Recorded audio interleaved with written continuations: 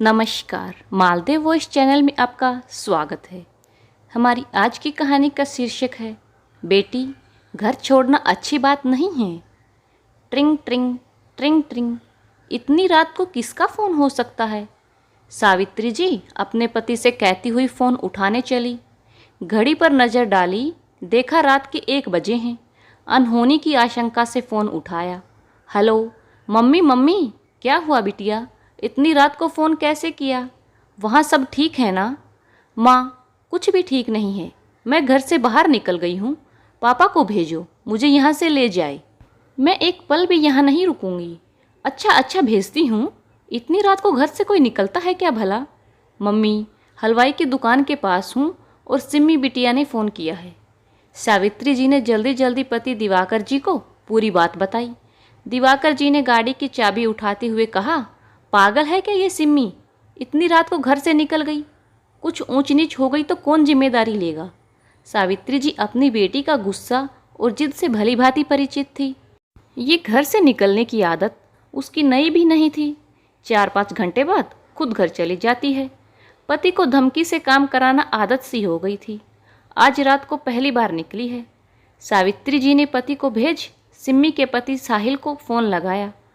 बेटा, आज फिर कुछ हुआ है क्या? मम्मी जी नमस्ते। आज उसे अपने घर ले जाइए और फिर वापस न भेजें। उसके नखरे और डिमांड अब मेरे बलबूते से बाहर हो गई हैं। कुछ भी बोलो तो घर छोड़ने की बात करती है। पिछली बार मुझसे बिना पूछे डायमंड सेट ले आई। आज तक पूरे पैसे नहीं दे पाया हूँ। मना किया तो कहने लगी, मेरी घर में हैसियत क्या, नौकरानी की है क्या, जो खाने कपड़े पे रहती है। आज मेरे क्लाइंट आए थे, उनके साथ मैं डिनर पे गया था। 10:30 बजे घर आया तो मैडम नदारद थी। फ़ोन पे पूछा तो कहने लगी, फ्रेंड्स के साथ पब में हूँ, आती हूँ कुछ देर में। 12:30 बजे आई तो मैंने इतना ही कहा कि सिम्मी, इतनी रात अकेले बाहर रहना ठीक नहीं है। हम दोनों होते तो ठीक था। मुझ पे उल्टा बरस पड़ी और घर से निकल गई।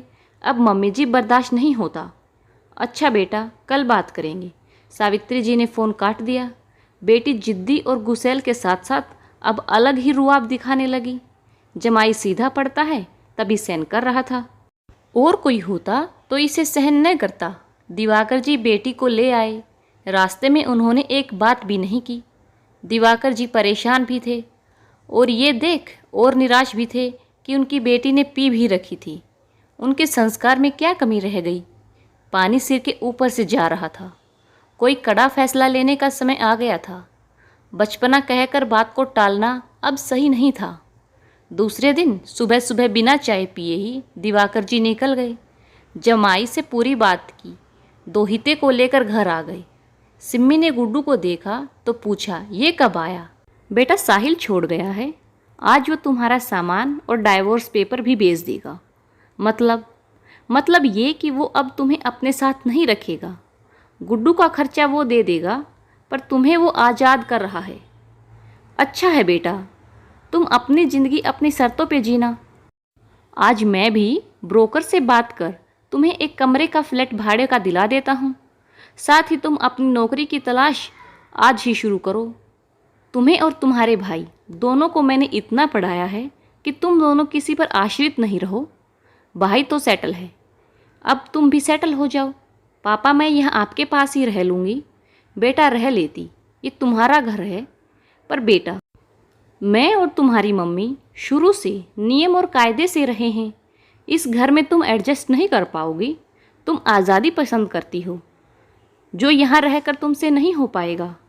सिम्मी को सितारे नजर आने लगे, लेकिन डाइवोर्स के पेपर देख असली झटका लगा। पूरी सिट्टी पिट्टी गम गई। खुद को कमरे में बंद कर लिया। शाम को पापा दिवाकर जी ने दरवाज़ा बजाया। बेटा, तुम्हारा सामान आ गया है, देख लो। पापा ने पीजी में दूसरे दिन ही सिम्मी को भेज दिया। कहा, जब तक नौकरी न लगे पीजी में रहो, तब तक हम फ्लैट देखते हैं। गुड्डू नानी के पास खुश है। सिम्मी रोज़ साहिल को फ़ोन करती, पर साहिल ने फ़ोन नहीं उठाया। सिम्मी की सारी गर्मी 20 दिनों में बह गई। सिम्मी को 20,000 की एक जॉब भी दिवाकर जी ने अपने दोस्त के यहाँ लगवा दी। सिम्मी, फ्लैट देख लेता हूँ अब। 5,000 में एक कमरा मिल रहा है। पापा, मैं पीजी में ही ठीक हूँ। 5 महीने में सिमी पूरी बदल गई थी। सावित्री जी ने बेटी से कहा, बेटी तुमने अपना क्या हाल बना लिया है।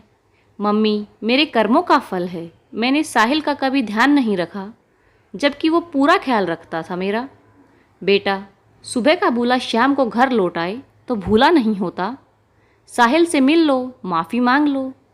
किस मुंह से माफ़ी मांगूं और किस किस चीज़ की माफ़ी मांगूं। पापा जी का जन्मदिन था। रेस्टोरेंट में मम्मी पापा ने बेटी जमाई को आमने सामने खड़ा कर दिया। सिम्मी कुछ बोल ना पाई, पर आंसू ने सब बयान कर दिया। सिम्मी अब घर लौट आई है, नौकरी और घर दोनों संभाल रही है। आपको यह सिम्मी की कहानी कैसी लगी, कमेंट में बताइएगा। नए हैं तो चैनल को सब्सक्राइब करें। धन्यवाद।